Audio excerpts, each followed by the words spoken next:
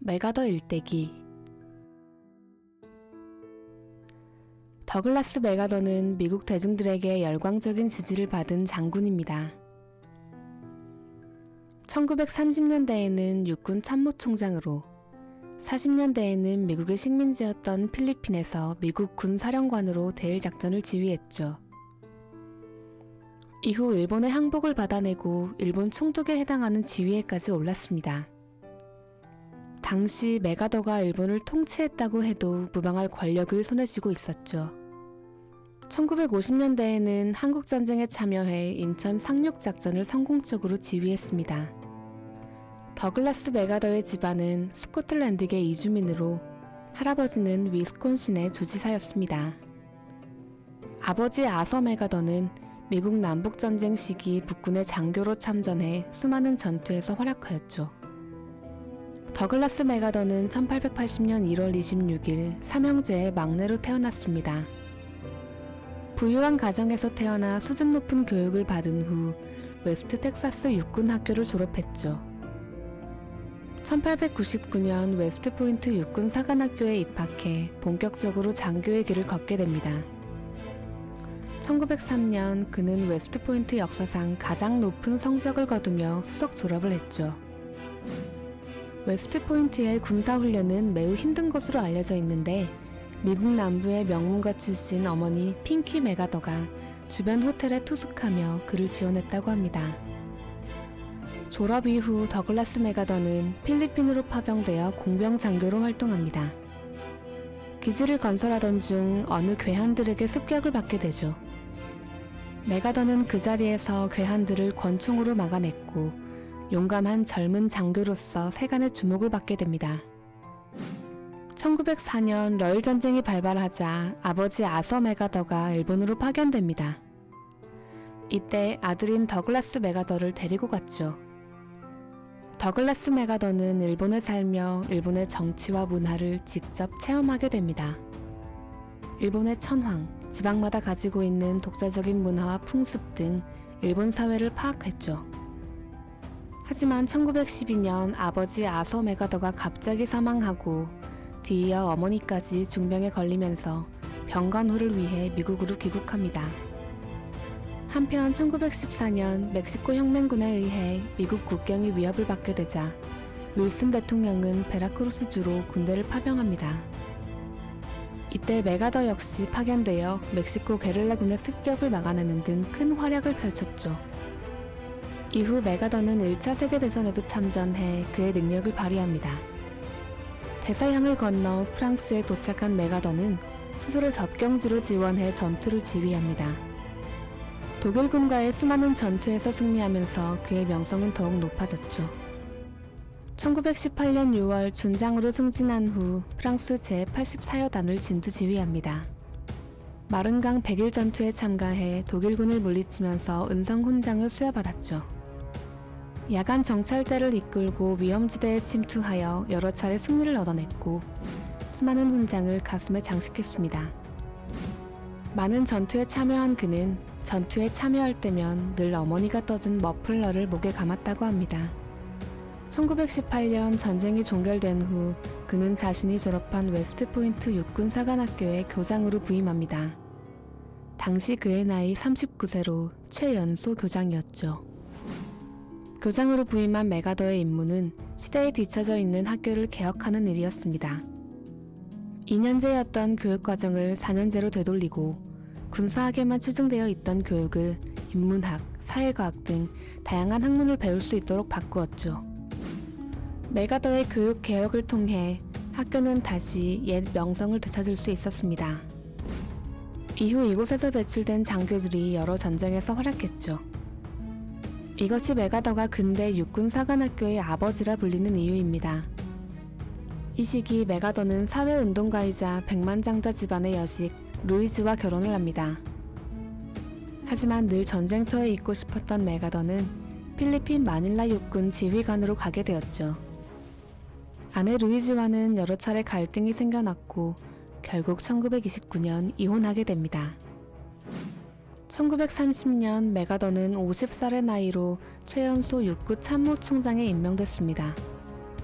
1932년 1차 세계대전에 참전했던 병사들이 정부에게 대가를 요구하는 시위가 발생합니다.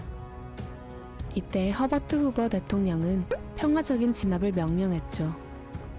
하지만 메가더는 당시 시위에 참가한 인원 중 상당수가 공산주의자임을 알고 강경한 진압을 추진합니다. 결과적으로 시위가 진압되자 후보 대통령은 명령과 달리 유혈 진압을 감행한 메가더를 처벌하지 않습니다. 오히려 공산주의에서 미국을 구해낸 장군이라며 칭송했죠. 한편 일본이 아시아에서 세력을 넓혀가고 있던 시기 루즈벨트 대통령은 필리핀 정부의 요청으로 1935년 군대를 결성합니다. 이때 육군 참모총장이었던 메가더가 함께 파견되었죠. 당시 그와 함께한 어머니가 뇌출혈로 세상을 떠났습니다. 마닐라에 머물던 메가더는 진 베어클로스를 만나 1937년 4월 두 번째 결혼을 합니다. 같은 해 12월 31일에는 공식적으로 육군에서 퇴역하였죠. 그렇게 그는 필리핀에서 육군 원수로서의 마지막을 장식하는 듯 했습니다. 이 무렵 일본은 중국을 침공해 격렬한 전투를 펼치고 있었습니다. 1940년 9월 독일, 이탈리아와 삼국 동맹을 체결하고 1941년에는 인도네시아까지 침공할 계획을 했죠. 루즈벨트 대통령은 미국 내 일본의 재산을 동결시키고 일본의 석유 수출까지 금지시켜 버립니다.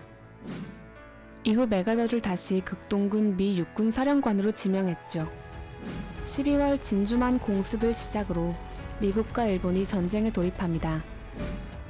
일본군은 진주만 공습 이후 필리핀에 상륙했고 마닐라까지 침공했죠.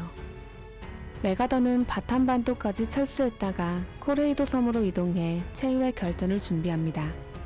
당시 미군은 보급이 떨어진 상황이었지만 메가더는 121시간이나 방어하며 일본군의 침공을 저지했습니다. 일본이 압도적으로 위협하자 루즈벨트 대통령은 메가더가 일본에 의해 포로가 되거나 살해될 것을 우려합니다. 그가 없으면 사기가 떨어질 것을 염려한 것이죠. 이에 그를 구출하기로 결정합니다. 1942년 3월 11일 메가더는 자국에서 보낸 초계정을 타고 필리핀을 탈출합니다. 이후 3월 20일에는 오스트레일리아 테로위 기차역에 도착했죠.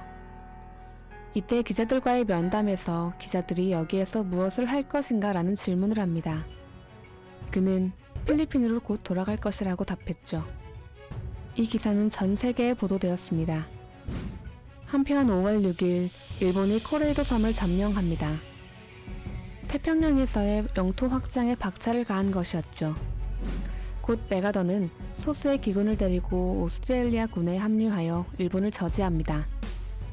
하지만 솔로몬 제도에서 일본군과 전투를 벌이는 과정에서 막대한 피해를 입었죠. 일본과 여러 차례 전투를 한 메가더는 일본의 병력을 분산시킨다면 승리할 수 있을 것이라고 생각합니다. 이를 위해 육해공 합동작전을 계획했죠. 또한 낙하산 부대를 100% 활용하여 후방을 교란시켰습니다. 이러한 작전을 통해 조금씩 전세를 뒤집었죠. 당시 메가더는 미국의 영웅으로 추앙받았고 공화당의 대통령 후보로 거론되기도 했습니다. 1944년 7월 메가더는 루즈벨트 대통령에게 필리핀을 해방시켜 미국의 도덕적 의무를 완수해야 한다고 주장하며 필리핀 탈환 작전에 돌입합니다.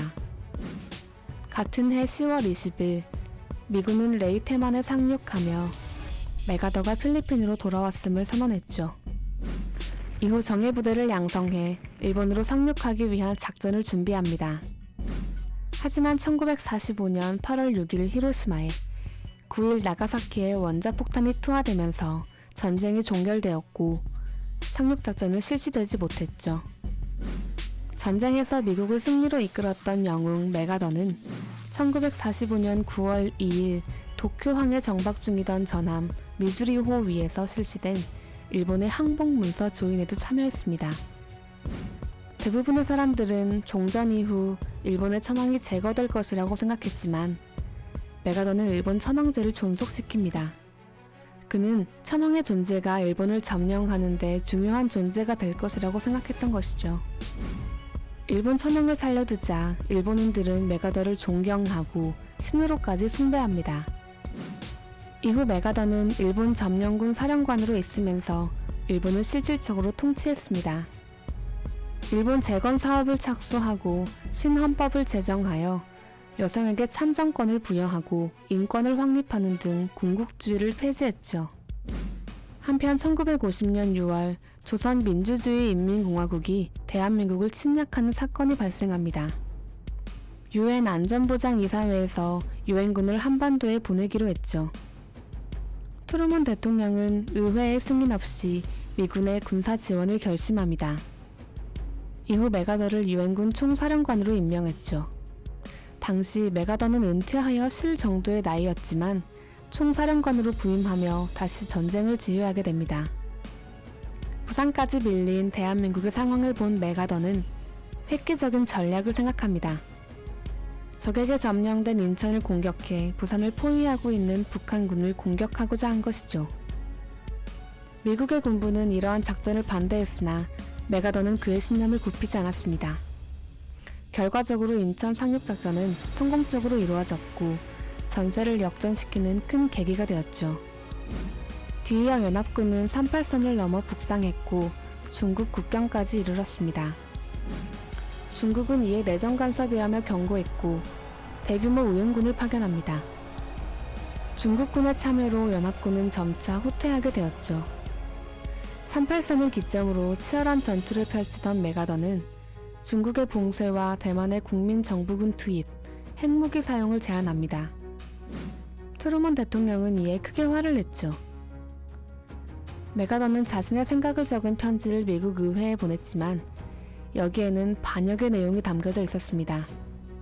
이 사실을 알게 된 트루먼 대통령은 메가더를 유엔군 총사령관에서 해임시켜버립니다.